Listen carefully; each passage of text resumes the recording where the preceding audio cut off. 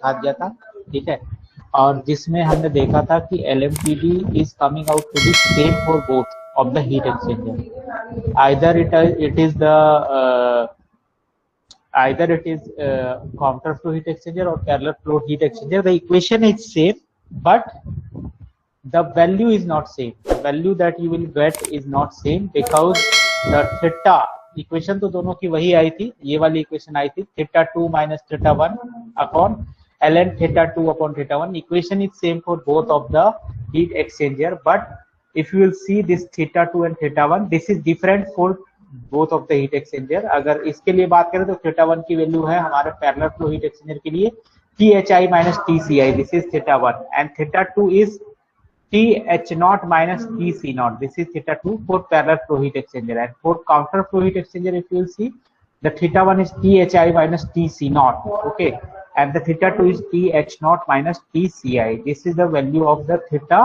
2. So this is the counter flow LMTD for counter flow heat exchanger and parallel flow heat exchanger. Okay, now एक यहाँ पे बहुत ही special case है और बहुत ही इंपॉर्टेंट केस है जो कि पूछा जाता है जनरली, ठीक है. वो ये है कि तुम्हारे पास जो क्वेश्चन आता है इस पे काफी सारे क्वेश्चन जो है गेट एग्जाम में आए हुए हैं, ठीक है, और वो ये है कि अगर मान लो कि थीटा 1 और थीटा 2 दोनों बराबर आ जाते हैं, मान लो कि ये हमारी इक्वेशन थी, अगर ये हमारी इक्वेशन है थीटा m की, ठीक है, अगर ये हमारे थीटा m की इक्वेशन है तो अगर थीटा 1 और थीटा 2 दोनों बराबर आ जाए तो ये तो 0 आ जाएगा भाई ऊपर वाला, और नीचे आ जाएगा log 1, ठीक है, क्योंकि थीटा 2 इक्वल टू थीटा 1 है तो log 1. So this will become 0 by 0, so 0 by 0 will become indeterminate, okay, and it will become indeterminate. So by applying the L-Hospital rule, if we'll apply, देखो अगर indeterminate आ गया तो तुम कैसे निकालोगे theta m की वैल्यू, कोई वैल्यू निकाल ही नहीं पाओगे, ठीक है. अगर तुमसे ये कहा जाता है कि LMTD फाइंड आउट करो, और उस केस के लिए तुम्हारे पास एक ऐसी कंडीशन जनरली गिवन होगी जिसमें जो थीटा 1 है और वो जो थीटा 2 है, ठीक है, दोनों के दोनों तुम्हारे बराबर आ जाएंगे, ठीक है, ऐसी कंडीशन दी हुई होगी. गेट के एग्जाम में इसी तरीके के क्वेश्चन आते हैं जिसमें कुछ जो टेम्परेचर दिया होगा वो इस तरीके का होगा कि थीटा 1 और थीटा 2 दोनों बराबर आ जाएंगे और कहेगा कि LMTD निकाल के बताओ, LMTD कितना होगा, ठीक है. तो उस केस में क्या करना है, उस केस में तुम्हें इसको जो उस केस में ये हमारा थीटा m तो 0 by 0 आ गया, ठीक है, तो क्या करना है, एल्स हॉस्पिटल रूल लगाना है, और एल्स हॉस्पिटल अगर रूल इसमें लगाओगे तो इसमें केस ये होता है. दूसरा देखो, जो एक मेथड मैंने बताया, ये LMTD मेथड जो है ये काउंटर फ्लो और पैरेलल फ्लो हीट एक्सचेंजर के लिए ज्यादातर यूज होता है, ठीक है. अगर तुम्हारे पास कंडेंसर या एवोपरेटर हो तो उसके लिए हम लोग अर्थमेटिक मीन टेम्परेचर डिफरेंस का यूज करते हैं, ठीक है. अर्थमेटिक मीन टेम्परेचर डिफरेंस में क्या लेते हैं कि when the temperature variation of fluid is relatively small, जब हमारे पास टेम्परेचर वेरिएशन हमारे पास जो फ्लूइड का वो कम हो, then the temperature variation curves are approximately straight line. तो उस केस में जो कर्व्स है हमारे वो अप्रोक्सीमेटली स्ट्रेट लाइन हो जाते हैं, ठीक है. एंड उस केस में तुम अगर अर्थमेटिक मीन लेते हो टेम्परेचर का तो they will give the sufficient accurate result, okay. तो उस केस में अगर हम LMTD का यूज नहीं करते हैं और हम अगर AMTD का यूज करते हैं, अर्थमेटिक मीन टेम्परेचर डिफरेंस का भी यूज करते हैं, then you will get the same. Actually ये है क्या चीज, AMTD LMTD, ये टेम्परेचर का डिफरेंस है, एवरेज डिफरेंस है टेम्परेचर का, ठीक है, जिससे कि हम इसको यूज कर पाए. तो अगर तुम AMTD का यूज करते हो तो अगर कंडेंसर के लिए और एवोपरेटर के लिए डायग्राम देखोगे, मैंने बता चुका हूँ तुम लोगों को डायग्राम कंडेंसर के लिए और एवोपरेटर के लिए ऑलरेडी टेम्परेचर डिस्ट्रीब्यूशन का, ठीक है, फिर भी दिखा देता हूँ. ये देखो टेम्परेचर डिस्ट्रीब्यूशन का डायग्राम है, इसमें TCI, this is the diagram for condenser in which the TCI is the inlet temperature and TC0 is the outlet temperature of cold fluid, and TH will be constant. The temperature of hot fluid remains constant. Similarly for evaporator, the temperature of cold fluid remains constant because there is a change of phase of cold fluid, ठीक है, and the temperature of hot fluid will, as you can see, the temperature of hot fluid is decreasing from THI to TH0, okay. So this is the diagram, temperature distribution diagram, ठीक है. And generally we use AMTD to find out the delta T, ठीक है, या जो delta T होता है उसको find out करने के लिए यहाँ पे हम अर्थमेटिक मीन लेते हैं, ठीक है. So if will take the arithmetic mean, तो अर्थमेटिक मीन क्या होगा, अर्थमेटिक मीन होगा जो हमारा, जैसे जो हॉट फ्लूइड है उसका जो टेम्परेचर है वो THI minus THI plus TH0 divided by 2, this is the temperature of average temperature of hot fluid, ठीक है, minus this quantity TCI plus TC0 divided by 2, this is the average temperature of cold fluid, ठीक है।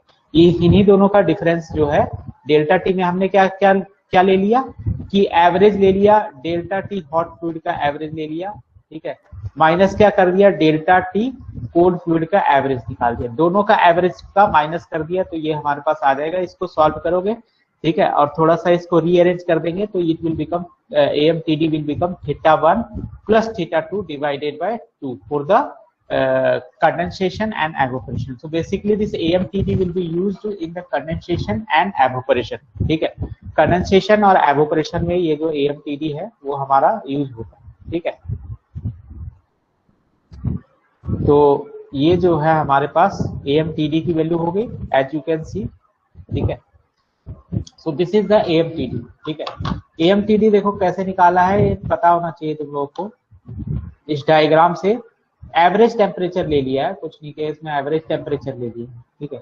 देखो इस तरीके से निकाला है कि ये जो है हमारा एवरेज टेम्परेचर ले लिया है किसका, हॉट फ्लूइड के बीच का एवरेज टेम्परेचर। अगर मैं कहूँ कि हॉट फ्लूइड का टेम्परेचर क्या होगा, ठीक है, हॉट फ्लूइड का टेम्परेचर क्या होगा, तो हॉट फ्लूइड का टेम्परेचर ऐसे तो बता ही नहीं सकते क्योंकि चेंज हो रहा है, ठीक है। सो नियरली इसको स्ट्रेट लाइन मानते हुए TH0 और THI को नियरली स्ट्रेट लाइन मानते हुए जो डेल्टा TH है, ठीक है, इसको हमने ये ले लिया है THI plus TH0 divided by 2 ले लिया, ठीक है। ये हमने मान लिया कि this is the average temperature of the hot fluid, ठीक है, average temperature of hot fluid. इसी तरीके से डेल्टा टी जो है, डेल्टा टी नहीं इसको TH एवरेज बोल दो, इसको TC एवरेज बोल दो। TC average, average temperature of cold fluid is similarly can be written as TCI plus TC0 divided by 2, ठीक है। अब कहो कि मैं तुमसे कि डेल्टा टी बताओ कितना होगा एवरेज, तो डेल्टा टी एवरेज क्या होगा, इन्हीं दोनों का माइनस TH एवरेज जो निकाला है माइनस TC एवरेज जो निकाला है। तो इस तरीके से डेल्टा टी हम लोग ले रहे हैं इसमें AMTD में, जिसमें हम अर्थमेटिक मीन ले रहे हैं, ठीक है, दोनों टेम्परेचर का। तो ये हमारा AMTD हो गया। AMTD will be used for basically the condensation and the evaporation, ठीक है। Now come to the next another analysis. मैंने तुम्हें स्टार्टिंग में ही बताया था कि हीट एक्सचेंजर के एनालिसिस के लिए हम दो मेथड का यूज कर सकते हैं।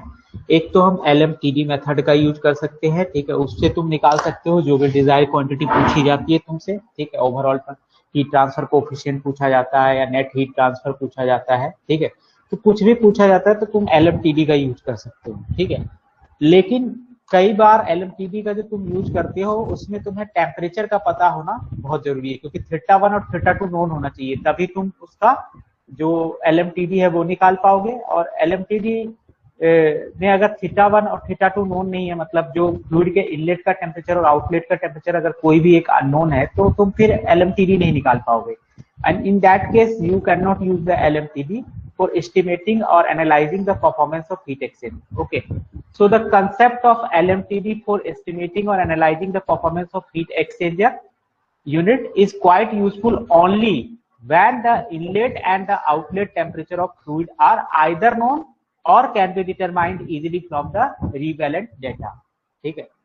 तो अगर ऐसा हो कि तुम्हारे पास कोल्ड फ्लूइड के दोनों टेम्परेचर दिए हों और हॉट फ्लूइड के दोनों टेम्परेचर दिए हों, ठीक है, तो ही तुम LMTD मेथड से जो बाकी एनालिसिस है हीट एक्सचेंजर की परफॉर्मेंस की वो तुम कर सकते हो, ठीक है, कितनी हीट ट्रांसफर होगी क्या होगा। लेकिन अगर कोई भी डेटा इसमें से मिसिंग है तो फिर LMTD मेथड हम अप्लाई नहीं कर पाते, ठीक है। तो इसीलिए हम यहाँ पे यूज करते हैं फिर NTU मेथड का, ठीक है। In normal practice the useful design is however based on non fluid inlet temperature and estimated heat transfer coefficient, ठीक है। जनरली क्या होता है, जो हमारी डिजाइन कंडीशन होती है उसमें हम लोग नॉन फ्लूइड का जो इनलेट टेम्परेचर होता है, ठीक है, इनलेट टेम्परेचर जो होता है फ्लूइड का वो और हीट ट्रांसफर कोएफिशिएंट उस पे बेस्ड होते हैं, ठीक है।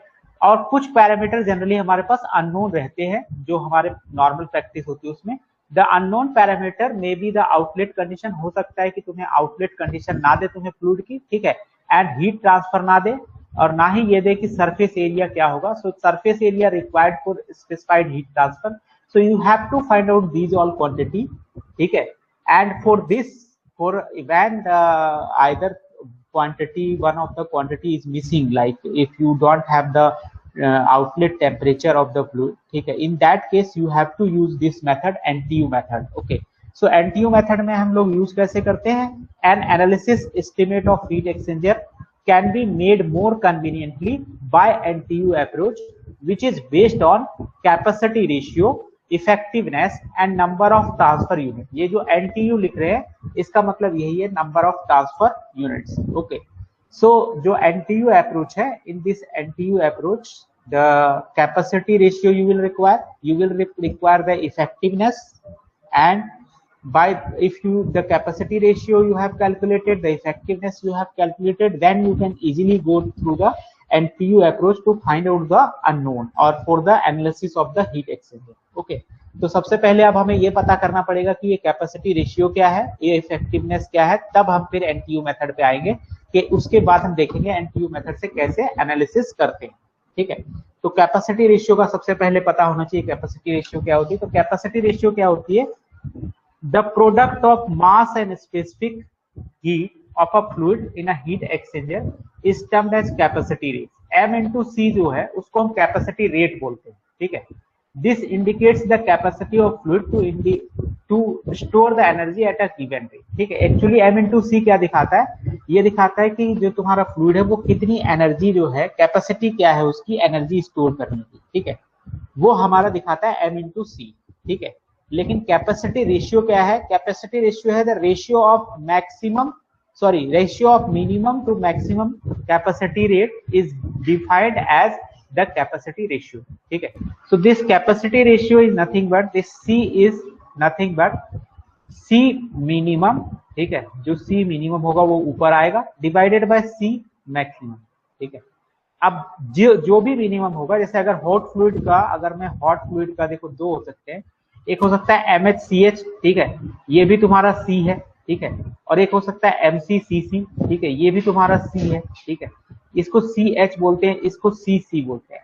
तो जो भी बड़ा होगा इनमें से वो नीचे आ जाएगा, ठीक है। अगर मैं कहूं कि MHCH बड़ा है, अगर मैं कहूं MHCH is greater than MCCC, ठीक है, then what will be the capacity ratio, then capacity ratio C will be the value of MCCC, the C minimum will be up above, ठीक है, and the C maximum will be below, ठीक है। तो C maximum हमारा क्या होगा इस case में, MHCH। so in that case the capacity ratio will be MCCC upon MHCH, ठीक है। तो जो भी मिनिमम होगा वो हमारा क्या होगा, ऊपर आ जाएगा, जो मैक्सिमम होगा वो हमारा नीचे आ जाएगा, और ये रेशियो है दोनों के हीट कैपेसिटी के रेट का, that means C minimum divided by C maximum, okay। so the capacity rate of hot fluid, as you know, this is given by CH, this is MHCH, capacity rate of cold fluid that is given by CC, MCCC, okay। so ये तो मैंने already तुम्हें बता दिया कि in parallel और counter flow heat exchanger hot और cold fluid may have either minimum value of capacity rate, किसी का भी मिनिमम हो सकता है और किसी का भी मैक्सिमम हो सकता है, ये डिपेंड करता है कि तुम्हारी जो वैल्यू है MH और CH की क्या है, ठीक है। तो अगर MHCH is greater than MCCC, उस केस में तो जो C है वो क्या हो जाएगा, MCCC अपॉन MHCH, ठीक है। लेकिन अगर MHCH कम है किससे, MCCC से, और MCCC ज्यादा है, उस केस में कैपेसिटी रेशियो में MCCC नीचे आएगा और MHCH ऊपर आ जाएगा, ठीक है। तो ये बेसिकली जो कैपेसिटी रेशियो है इसको हम लोगों ने इस तरीके से डिफाइन किया हुआ है कि ऊपर जो है ये हमेशा क्या आएगा, मिनिमम आएगा, और नीचे कौन सा आएगा, मैक्सिमम आएगा, ठीक है। So heat capacity that is maximum that will come in the denominator, ठीक है। सो ये हमारे पास हीट कैपेसिटी होगी, ठीक है। हीट कैपेसिटी हमने समझ ली, अब कुछ और चीजें हैं जो हम लोग को यहाँ पे समझनी है, ठीक है। मैक्सिमम हीट ट्रांसफर रेट कितना हो सकता है एक हीट एक्सचेंजर में, ठीक है। तो अगर मैं एक काउंटर फ्लो हीट एक्सचेंजर की बात करूं, ठीक है, तो एक काउंटर फ्लो हीट एक्सचेंजर में अगर मैं यहाँ पे बात करता हूँ एक काउंटर फ्लो हीट एक्सचेंजर की, तो for a counter flow heat exchanger यहाँ पे एक टेबल दी हुई है, देख सकते हो, ठीक है। इस टेबल में 9.3 दो टेबल है यहाँ पे, 9.3 और 9.4, ठीक है। एक केस में हमने ये माना है कि जो कैपेसिटी है, ठीक है, हीट कैपेसिटी हॉट फ्लूइड की ज्यादा है, ठीक है। तो अगर हॉट फ्लूइड की हीट कैपेसिटी ज्यादा है तो MHCH will be greater than MCCC, ठीक है। तो अगर MHCH MCCC से बड़ा है तो इसका मतलब जो हमारा हीट कैपेसिटी है किसकी ज्यादा है, हॉट फ्लूइड की ज्यादा है, ठीक है। तो जो हीट गेन होगा bye the cold fluid that is given by MCCC delta T, ठीक है, of cold fluid that is MCCC, TC0 minus TCI must be equal to the heat lost by the hot fluid that is MHCH THI minus TH0। ये तो तुम सबको पता है कि heat gain जो होगा हमारा कोल्ड फ्लूइड के द्वारा वही क्या होगा, heat lost by the hot fluid, ठीक है। अब मैं कहूं कि जो काउंटर फ्लो हीट एक्सचेंजर होता है वो कुछ इस तरीके का होता है। इसका टेम्परेचर डिस्ट्रीब्यूशन डायग्राम अगर तुम्हें याद हो, मैंने बनाना भी सिखाया था तुम लोगों को। इधर लेंथ ले लेते हैं और इधर टेम्परेचर ले लेते हैं, ठीक है। इनिशियल मान लो कि ये तुम्हारा एक काउंटर फ्लो हीट एक्सचेंजर अगर मैं बोलूं, ये मान लो काउंटर फ्लो हीट एक्सचेंजर है जिसमें मान लो कि कोल्ड फ्लूइड हमारा मान लो कि यहाँ पे हॉट फ्लूइड इंटर कर रहा है, ठीक है। हॉट फ्लूइड इंटर कर रहा है THI से और लीव कर रहा है TH0 से, ठीक है। और मान लो कि ये हमारे पास दूसरी ट्यूब है, ठीक है, काउंटर फ्लो हीट एक्सचेंजर है तो डबल पाइप हीट एक्सचेंजर है, ठीक है, जिसमें काउंटर फ्लो हो रहा है। तो हॉट फ्लूइड तो यहाँ मिडिल वाले पाइप में इंटर कर रहा है और ये जो बाहर वाली पाइप है इसमें मान लेते हैं कि यहाँ से कोल्ड फ्लूइड इंटर कर रहा है इस डायरेक्शन में, क्योंकि काउंटर फ्लो है। तो TC0 यहाँ पे टेम्परेचर मान लेते हैं और जो कोल्ड फ्लूइड लीव कर रहा है यहाँ से इसको मान लेते हैं TC0, ठीक है। सो TCI से एंटर कर रहा है, TC0 से लीव कर रहा है, ठीक है। तो अगर मैं कहूँ कि इसका डायग्राम बनाओ, ठीक है, तो डायग्राम कैसे बनाते हैं, इस तरीके से इसका डायग्राम बनता है। लेट ये मान लो कि T हमारे पास TCI हो गया, the inlet temperature of the cold fluid, ठीक है। ये कोल्ड फ्लूइड कहाँ पे निकल रहा है, TC0 पे निकल रहा है, ठीक है। इसी तरीके से जो हॉट फ्लूइड है वो हमारा THI पे एंटर कर रहा है और लीव किस पे कर रहा है, THI पे एंटर कर रहा है, ठीक है। THI पे यहाँ पे एंटर कर रहा है, ठीक है, और लीव किस पे कर रहा है, TC0 पे लीव कर रहा है, ठीक। यही तुम्हारा θ1 हो जाता था, ठीक है, और ये तुम्हारा इधर जो है रेफरेंस ये θ2 हो जाता था, ठीक है। अब मैं कहूं कि इस हीट एक्सचेंजर में मैक्सिमम हीट कितनी ट्रांसफर हो सकती है, ठीक है। तो मैक्सिमम हीट भाई देखो इस TCI का जो टेम्परेचर है, ठीक है, ये हीट होकर के कहां तक पहुंच रहा है, TC0 तक पहुंच रहा है। TCI जो टेम्परेचर है कोल्ड फ्लूइड का हीट होकर कहां पर तक पहुंच रहा है, TC0 तक पहुंच रहा है। अगर मैं कहूं कि अगर मैक्सिमम हीट ट्रांसफर होता, अगर मैक्सिमम हीट ट्रांसफर होता, ठीक है, तो इस TC0 का टेम्परेचर कहां तक पहुंच जाता, यही जो हॉट फ्लूइड के इनलेट का टेम्परेचर है, ये जो TC0 है ये मैक्सिमम कहां तक पहुंच सकता है, THI तक पहुंच सकता है। यहां से देख सकते हो ये किधर की तरफ अप्रोच कर रहा है, THI की तरफ अप्रोच कर रहा है, पहुंच नहीं पा रहा है THI तक, लेकिन TC0 तक पहुंच रहा है। लेकिन अगर 100% इफिशिएंट होता ये हीट एक्सचेंजर, उस केस में जो TC0 है ये TC0 किसके बराबर होता, THI के बराबर हो जाता, ठीक है। तो ये एक आइडियल कंडीशन होती जिसमें ये मैक्सिमम हीट ट्रांसफर हो सकता था, ठीक है। मैक्सिमम हीट ट्रांसफर के केस में जो TCI है वो कहां तक पहुंच सकता था, THI तक पहुंच सकता था। मतलब कोल्ड फ्लूइड का जो टेम्परेचर है, ठीक, सॉरी TC0 जो है, ठीक है, आउटलेट का जो टेम्परेचर निकल रहा है वो कहां तक पहुंच सकता था, THI तक पहुंच सकता था, ठीक है। तो अगर मैं एक आइडियल केस बांधूं तो TC0 की वैल्यू किसके बराबर होगी, THI के बराबर होगी। कब, जब एक आइडियल केस होगा, और आइडियल केस का मतलब कब, जब मैक्सिमम हीट ट्रांसफर होगा, ठीक है। ये तो तभी केस पॉसिबल है ना कि जो हमारा इनलेट पे फ्लूइड इंटर कर रहा है, ठीक है, उसका टेम्परेचर कहाँ पे पहुंच जाए, या एग्जिट पे जो फ्लूइड निकल रहा है कोल्ड फ्लूइड, उसका टेम्परेचर जो इनलेट पे हमारा हॉट फ्लूइड इंटर कर रहा है वहां तक पहुंच जाए, that will be the maximum heat transfer, ठीक है। सो उसका अगर ग्राफ बनाओगे तो कुछ इस तरीके का बनेगा, देखो यहाँ पे, ठीक है। इसमें हमने माना हुआ है कि ये हमारा TCI हो गया, भाई काउंटर फ्लो हीट एक्सचेंजर के जैसे डायग्राम बनाते थे, TCI हो गया, और ये TC0 हो गया, ठीक है।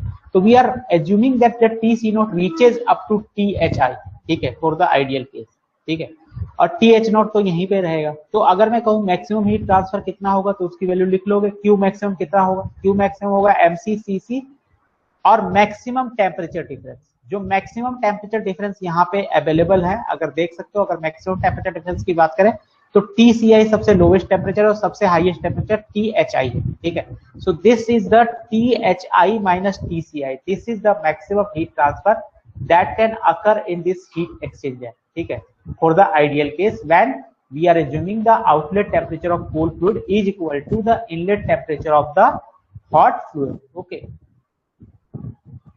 सो ये हमारा एक केस हो गया जब CH ग्रेटर देन CC हो गया। इसके बाद इसी सिमिलर तरीके से अगर CC मान लो ज्यादा है, ठीक है, तो इस केस में भी हमारा जो Qmax होगा दैट विल बी सेम, ठीक है। सेम कंडीशन हम मान लेंगे, अगर हम ये मान लें कि MCCC is greater then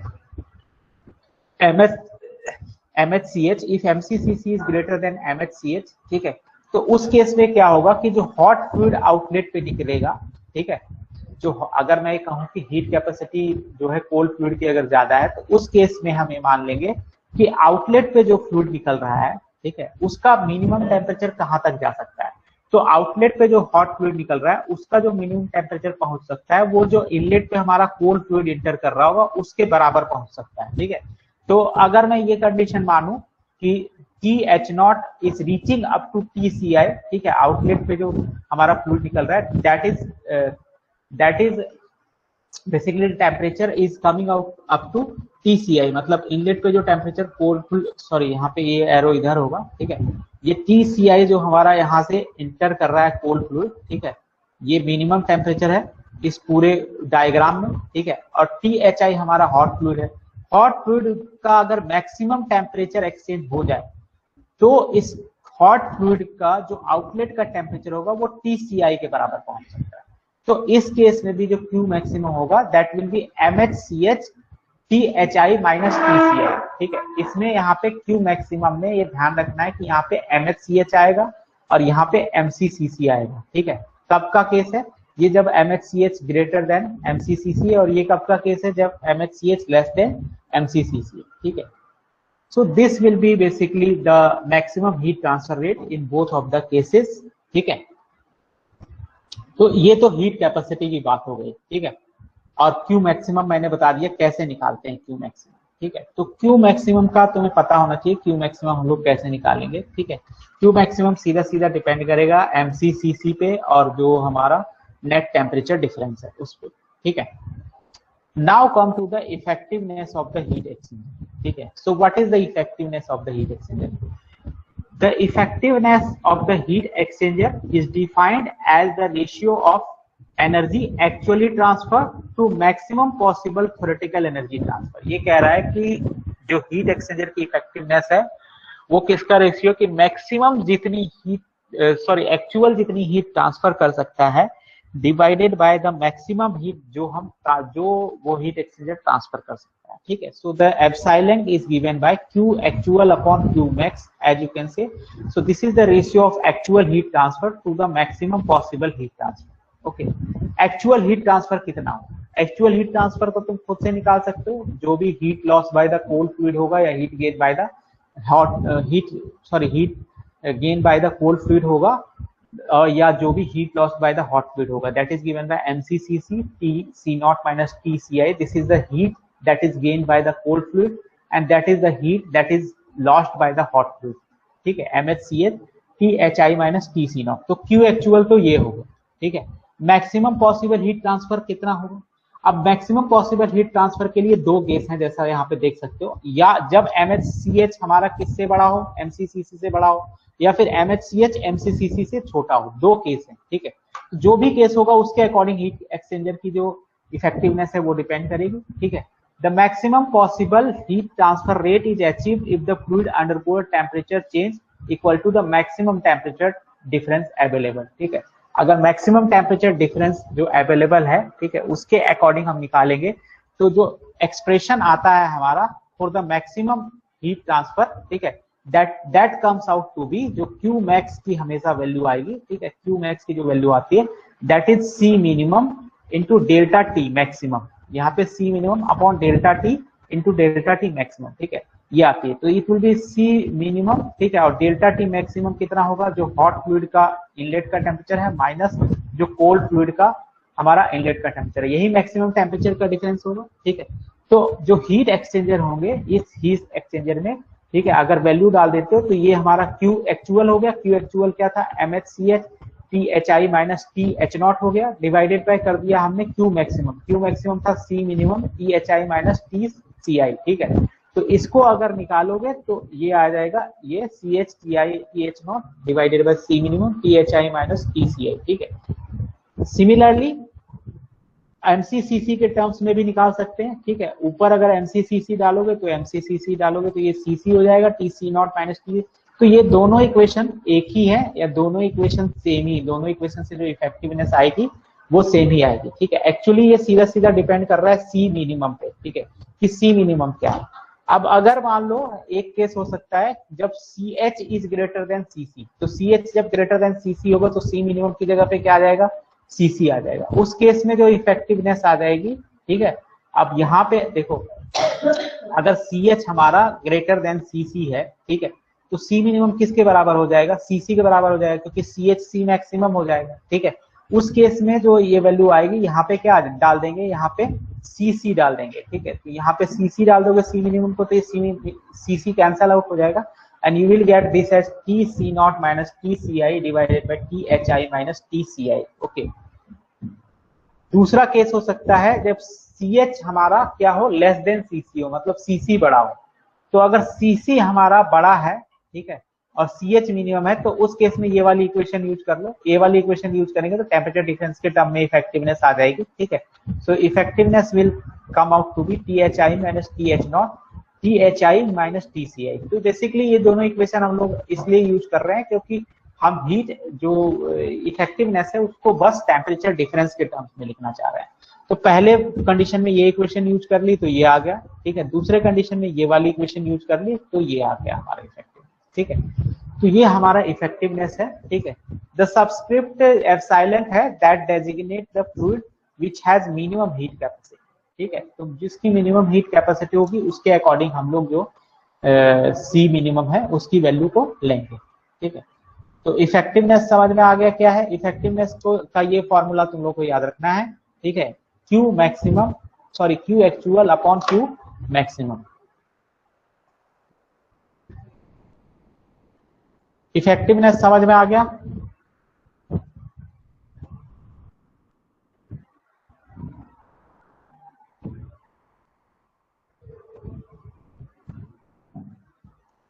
effectiveness समझ में आ गया।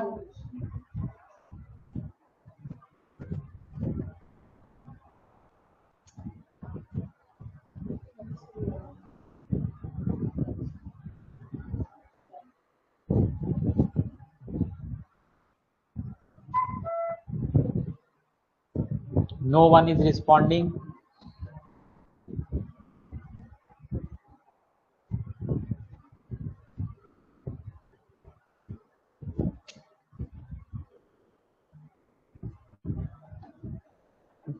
तो हमने इफेक्टिवनेस निकाल ली, ठीक है। अब इफेक्टिवनेस के बाद जो नेक्स्ट टर्म है हमारे पास वो है NTU, क्योंकि यही मैंने बताया था कि NTU मेथड में तीन चीजों की जरूरत पड़ेगी, हीट कैपेसिटी, ठीक है, सॉरी कैपेसिटी रेशियो और इफेक्टिवनेस और NTU। तीसरा तो NTU खुद चाहिए तुम्हें, ठीक है। तो ये तीन चीजें चाहिए। तो जो हमारे पास NTU है उसको हमने इस तरीके से डिफाइन किया हुआ है, देखो। The group UA upon C minimum is called the number of transfer unit। इसको हम number of transfer unit बोलते हैं। That is given by UA, ठीक है, upon C minimum, where U is the overall heat transfer coefficient, A is the area of heat exchanger and C minimum, as you know, C minimum क्या होगा, C minimum होगा minimum heat capacity ratio जो होगा, ठीक है, वो। तो NTU को लिख सकते हैं UA upon C minimum, जहां पे NTU क्या होगा, UA upon MCCC होगा अगर MCCC छोटा है, ठीक है, और NTU UA अपॉन MHCH होगा अगर MHCH छोटा है। जो भी छोटा होगा उसके अकॉर्डिंग जो NTU है उसको हम डिफाइन यहाँ पे करेंगे, ठीक है। ये होगा UA upon NTU will be UA upon C minimum. Okay, so you have to remember this formula. जो भी कम होगा उसके अकॉर्डिंग हम यहाँ पे डाल देंगे, ठीक है। एक्चुअली एक डायमेंशनलेस पैरामीटर है, NTU is a dimensionless parameter, ठीक है। It is a measure of the size of the heat exchanger, basically ये साइज बताता है कि हीट एक्सचेंजर का जो साइज है वो कितना बड़ा होगा या कितना छोटा होगा, ठीक है। The larger value of NTU the closer the heat exchanger reaches to its thermodynamic limit of operation, ठीक है। जो थर्मोडायनेमिक, अगर जितना ज्यादा एनटीयू की वैल्यू होगी उतनी ही ज्यादा जो हीट एक्सचेंजर है वो अपनी थर्मोडायनेमिक लिमिट ऑफ ऑपरेशन तक पहुंचेगा, ठीक है। तो ये हमारे पास जो नंबर ऑफ ट्रांसफर यूनिट्स हैं, ठीक है, ये हो गए, ठीक है। अब ये तुमने निकाल लिया, नंबर ऑफ ट्रांसफर यूनिट्स हमने निकाल लिया। अब हम लोग क्या करेंगे कि हम लोग इफेक्टिवनेस निकालेंगे, किसकी? पैरेलल फ्लो हीट एक्सचेंजर की और काउंटर फ्लो हीट एक्सचेंजर की, ठीक है। अभी तक अगर किसी को दिक्कत हो तो बता दो इसमें भाई, किसी को दिक्कत हो ये समझने में एनटीयू मेथड, मतलब अभी तक की एनटीयू क्या है, हीट कैपेसिटी रेशियो क्या है, इफेक्टिवनेस क्या है, ठीक है, ये तीनों टर्म को समझने में कोई दिक्कत हो, क्योंकि आगे जब हम डेरिवेशन करेंगे तो कैपेसिटी रेशियो का और इनका हम लोग यूज करने वाले हैं। राहुल तुम बताओ बेटा, समझ में आ गया है यहाँ तक? ठीक है, चलो ये समझ में आ चुका है तुम लोगों को कि तीनों चीजें क्या होती है, हीट कैपेसिटी, एनटीयू और इफेक्टिवनेस, मतलब जनरल फॉर्मूला तो समझ में आ गया तुम लोगों को।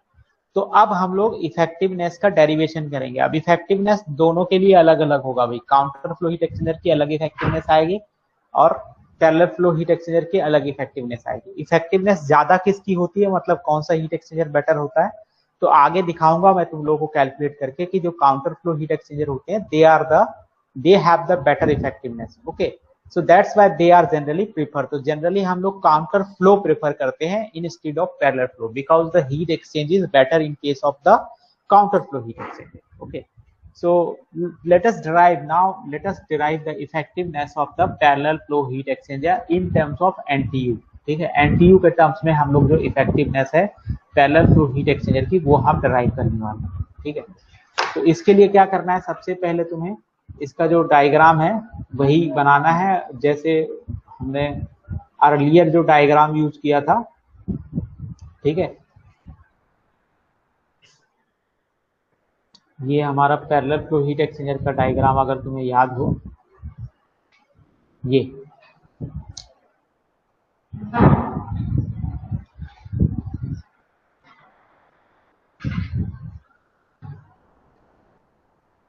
so this is the diagram, as you know, this is the diagram of temperature distribution in case of parallel flow heat exchanger, okay. Parallel flow heat exchanger में कैसे डायग्राम बनता है, एक होता है, मान लो हमारे पास, कैसे हम लोग डायग्राम बनाते हैं, कहते हैं कि भाई ये एक पाइप है और ये एक पाइप है, ठीक है। इस पाइप में, अंदर वाली पाइप में लेट अस एज्यूम कि कोल्ड फ्लूइड एंटर कर रहा है, TCI लीव कर रहा है यहाँ पे टेम्परेचर TC0 पे कोल्ड फ्लूइड। जो बाहर वाली पाइप है इसमें THI से हॉट फ्लूइड एंटर कर रहा है और यहाँ से TH0 पे हॉट फ्लूइड लीव कर रहा है, ठीक है। तो जो हॉट फ्लूइड है उसका टेम्परेचर तो डिक्रीज होता है जैसे जैसे हम लेंथ इस डायरेक्शन में जैसे जैसे हम बढ़ते हैं, टुवर्ड्स द लेंथ जैसे जैसे बढ़ेंगे, तो ये जो हॉट फ्लूइड है इसका टेम्परेचर तो डिक्रीज होता है। देख लो THI हमारे डिक्रीज होता जाता है, कहाँ तक डिक्रीज होगा, TH0 तक डिक्रीज होगा, ठीक है। और जो कोल्ड फ्लूइड का टेम्परेचर है वो होता है इंक्रीज, तो TCI से TC0 तक हमारा इंक्रीज होगा। तो इसीलिए जो लाइन बनेगी वो इस तरीके की बनेगी, किसके लिए, कोल्ड फ्लूइड के लिए, और हॉट फ्लूइड के लिए जो लाइन बनेगी वो इस तरीके की बनेगी। तो इस तरीके से तुम जो है ये डायग्राम बना सकते हो। बाकी सारी चीजें तुम्हें पता ही है कि ये θ1 होता है, θ1 की वैल्यू इन दोनों का टेम्परेचर डिफरेंस THI और TCI का, θ2 होता है इन दोनों का डिफरेंस TH0 और TC0 का जो डिफरेंस है ये θ2 होता है। And we are assuming there is an element of small element here, ठीक है, of length dx, ठीक है, dx लेंथ का एक स्मॉल एलिमेंट मान लिया। और इसमें देख सकते हो कि जो हॉट फ्लूइड का टेम्परेचर है इस एलिमेंट में वो डिक्रीज हो रहा है बाय dTH अमाउंट, और कोल्ड फ्लूइड का जो टेम्परेचर है वो इंक्रीज हो रहा है बाय dTC अमाउंट, ठीक है, इन case of the parallel flow heat exchanger, ठीक है।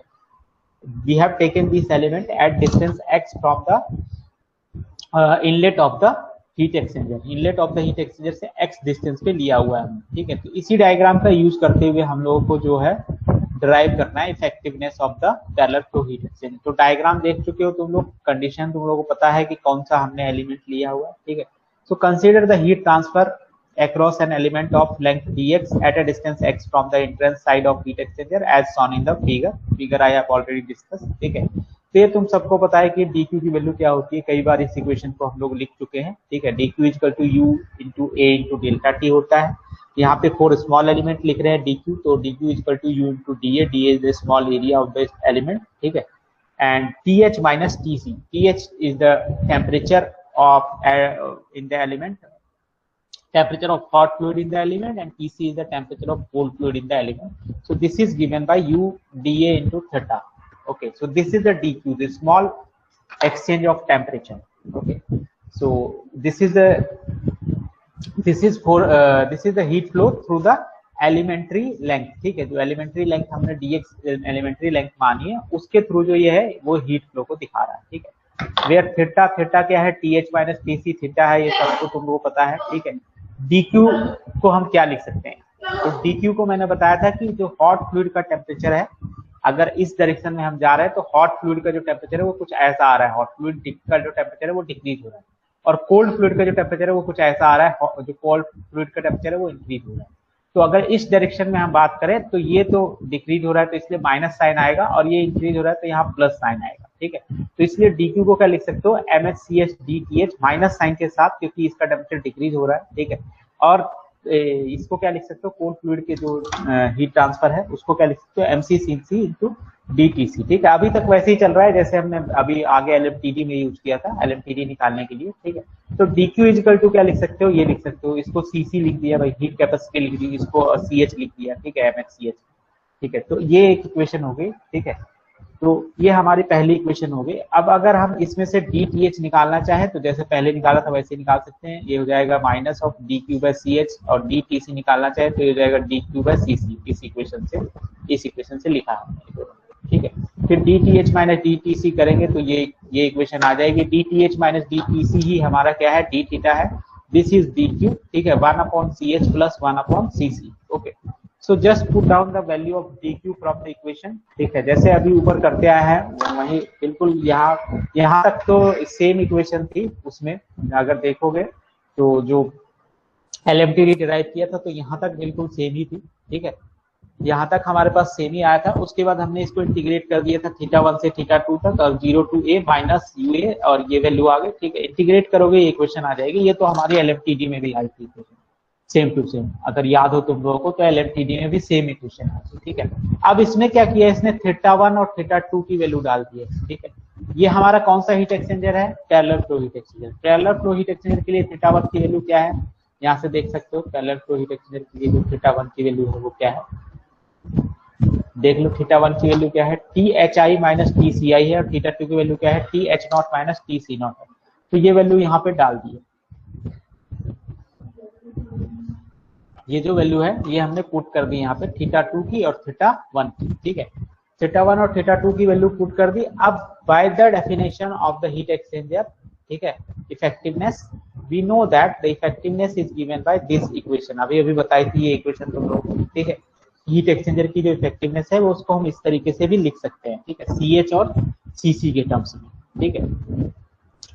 तो अगर यहाँ से जो values of the outlet temperature अगर मैं निकालना चाहूँ इन terms of heat exchanger effectiveness, तो अगर इस वाली इक्वेशन को यूज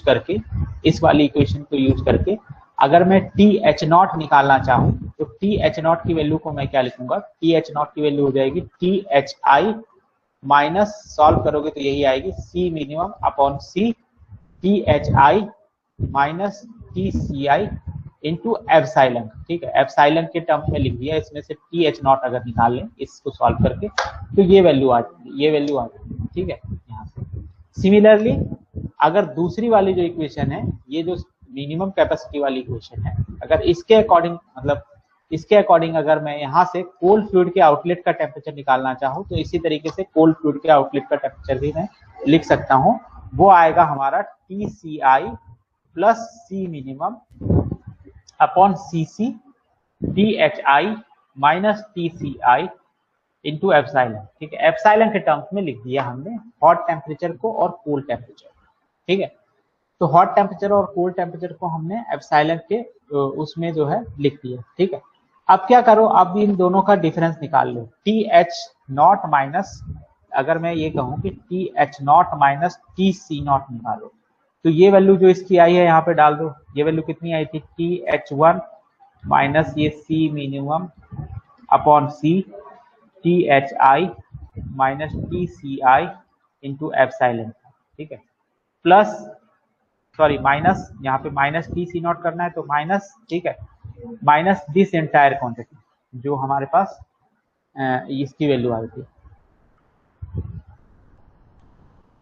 इसकी जो वैल्यू थी ये डाल दो यहाँ पे, टी सी नॉट की वैल्यू डाल दो। टी सी नॉट की वैल्यू डालेंगे तो माइनस टी सी आई हो जाएगा minus C minimum C C T H I minus T C I into epsilon, ठीक है। इसको थोड़ा सा अगर रीअरेंज करोगे तो रीअरेंज करने के बाद इसको लिख सकते हो तुम T H not minus T C not तुम्हारा जो आ जाएगा, इसको रीअरेंज कर दोगे यहाँ पे इक्वेशंस को, तो रीअरेंज करने के बाद ये आ जाएगा तुम्हारा T H I minus T C I, ठीक है, और ये आ जाएगा 1 माइनस सी मिनिमम एप्सिलॉन, ठीक है, 1 अपॉन सी एच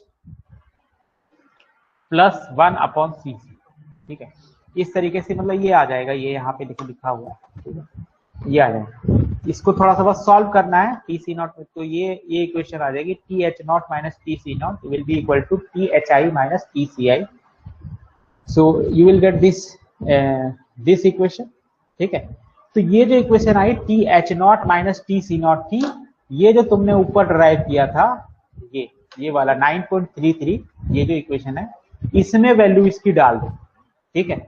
ये जो T H not minus T C not calculate किया है उसमें अगर इसकी वैल्यू हम डाल देंगे तो ये एल एन ये हो जाएगा, ठीक है। यहाँ पे T C not minus T H not minus T C not की वैल्यू डाल दी और इसके बाद इसको सॉल्व करना है, ठीक है।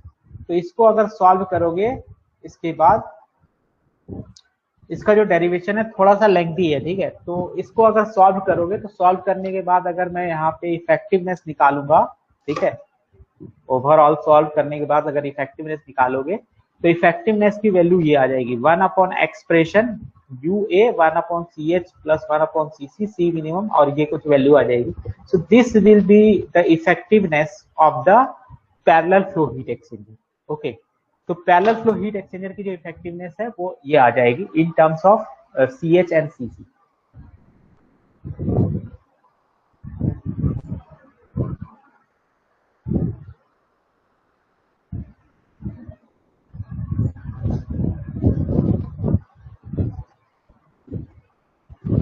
तो यहां तक अगर किसी को दिक्कत हो कि ये हीट एक्सचेंजर की इफेक्टिवनेस कैसे आई है यहाँ पे पैरेलल फ्लो की, तो ये पूछ लो भाई। अगर ऊपर से यहाँ पे किसी को भी दिक्कत हो स्टेप में तो ये पूछ सकता है, क्योंकि ये बहुत लंबा डेरिवेशन है तो फिर आगे हम बढ़ेंगे, ठीक है। अभी बस इफेक्टिवनेस, आज बस इफेक्टिवनेस तक करेंगे और आगे हम लोग एनटीयू निकालेंगे इसका, ठीक है। अभी तो हमने इफेक्टिवनेस निकाली हीट एक्सचेंजर की, पैरेलल फ्लो हीट एक्सचेंजर की in terms of T H not T H I इन सब के टर्म्स में, ठीक है, हमने ये निकाला है।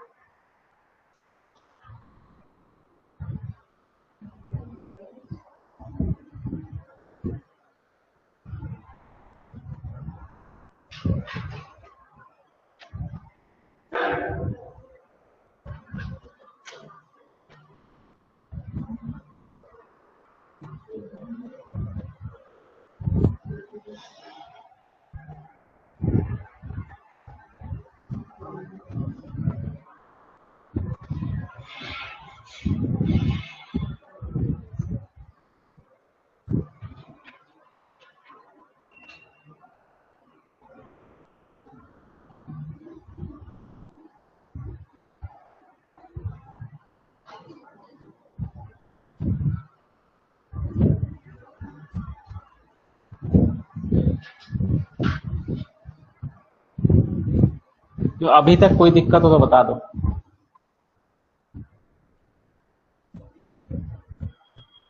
वैसे मैंने ये वाला जो है पीडीएफ मैंने ऑलरेडी अपलोड कर रखी है, वहां से जाके देख लेना एक बार, खुद से घर पे करोगे बैठ के तो ही समझ में आएगा। और मैं ये बता दूं इसका डेरिवेशन आया हुआ है, ठीक है। इसके बाद बस 1-2 स्टेप और है, अगर इफेक्टिवनेस तक तुम पहुंच जाते हो तो इसके बाद एक दो स्टेप है, उसके बाद हम इसका जो डेरिवेशन है कंप्लीट कर सकते हैं, ठीक है।